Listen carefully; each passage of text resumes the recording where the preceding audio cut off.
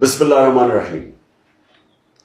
جمعرات کو مینار پاکستان میں انشاءاللہ پاکستان کی تاریخ کا سب سے بڑا جلسہ کر رہا ہوں۔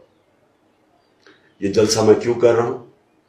کیونکہ اسی جگہ کے اوپر 1940 میں قرارداد پاکستان پاس کی گئی تھی، جدھر کہ ہندوستان کے مسلمانوں نے فیصلہ کیا تھا کہ ہم ایک آزاد ملک میں رہنا چاہتے ہیں جس کا نام پاکستان تھا۔